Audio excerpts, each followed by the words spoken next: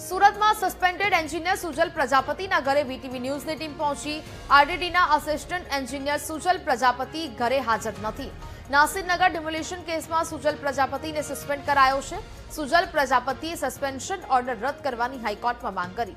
હાઈકોર્ટમાં એફિડેવિટ કરી WhatsApp chat રજૂ કરતા વિવાદ છે તે થયો। મ્યુનિસિપલ કમિશનરે આદેશ કર્યા હોવાનો પુરાવો રજૂ કરવામાં આવ્યો છે। તો જ પ્રકારે એક બાદ એક ખુલાસાઓ મોટા થઈ રહ્યા છે અને હવે આ સમગ્ર મામલાને લઈને સુજલ પ્રજાપતિએ પુરાવાઓ છે તે કોર્ટમાં રજૂ કર્યા છે। સુજલ પ્રજાપતિના વીટીવી ન્યૂઝ તેના ઘરે પહોંચી, પરંતુ તે ત્યાં હાજર ન હોવાની વાત સામે આવી છે।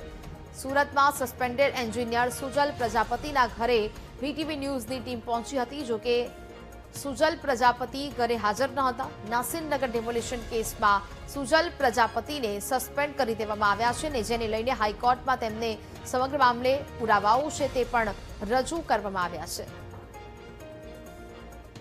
સુરતના નાસિરનગર ડિમોલિશન મામલે હવે એક સોશિયલ મીડિયામાં વાયરલ થયેલી એક ચેટ રાજકીય અને વહીવટી વર્તુળોમાં ચર્ચા જગાવી છે। મનપા કમિશનરના નામના ટેગ સાથે જ વાયરલ થયેલા સ્ક્રીનશોટ ડિમોલેશનને લઈને હવે ચર્ચાનો દોર શરૂ થયો છે। નાસિરનગર ડિમોલેશન બાદ સોશિયલ મીડિયામાં એક ચેટનો સ્ક્રીનશોટ ઝડપથી વાયરલ થઈ રહ્યો છે અને વાયરલ સ્ક્રીનશોટમાં મનપા કમિશનરના નામનો ટેગ જોવા મળી રહ્યો છે।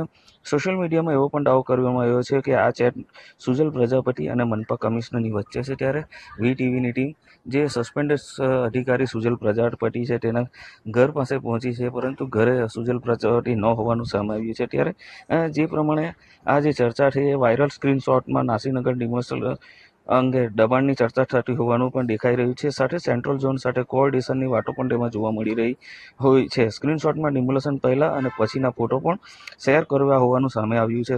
આ વાયરલ પોસ્ટ બાદ સમગ્ર મામલે અનેક સવાલો ઊભા થયા છે અને સોશિયલ મીડિયામાં ચર્ચાનો માહોલ ગરમાયો છે। ખાસ કરીને વાયરલ થયેલા સ્ક્રીનશોટની સત્યતા અંગે હજુ પણ કોઈ સત્તાવાર પુષ્ટિ થઈ નથી। મંત્રા તંત્ર કે સંબંધિત અધિકારીઓ તરફથી આ મામલે કોઈ સત્તાવાર સ્પષ્ટ કરવામાં આવી નથી। વાયરલ થયેલી ચેટે અનેક પ્રશ્નો ઊભા કર્યા છે, પરંતુ હાલ સૌથી મોટો પ્રશ્ન એ છે શું આ ચેટ ખરેખર અસલી છે કે પછી કોઈ બનાવટી સ્ક્રીનશોટ તૈયાર કરે છે। આનો જવાબ તપાસ બાદ જ સ્પષ્ટ થશે। ત્યાં સુધી વાયરલ થયેલા દાવાઓને સત્ય માની લેવું યોગ્ય નથી, પરંતુ જે પ્રમાણે આ જે ચેટ વાયરલ થઈ છે તેના કારણે સમગ્ર સુરત શહેરમાં ચર્ચા જગાવી છે। ત્યારે વીટીવીની ટીમ જ્યારે તેના સુજલ પ્રજાપતિના ઘરે પહોંચી ત્યારે તે ઘરે ન હોવાનું માલુમ પડી હતું, પરંતુ હવે કોઈ અધિકારી છે સામે આવીને બોલવા તૈયાર નથી, જે કારણે હાલ તો લોકમુખે ચર્ચા છે કે શું સત્યતા છે, તો તપાસના અંતે જ સાબિત થશે। કેમેરામેન સરજુ પારેખ સાથે નિર્મલ પટેલ, વીટીવી ન્યૂઝ, સુરત।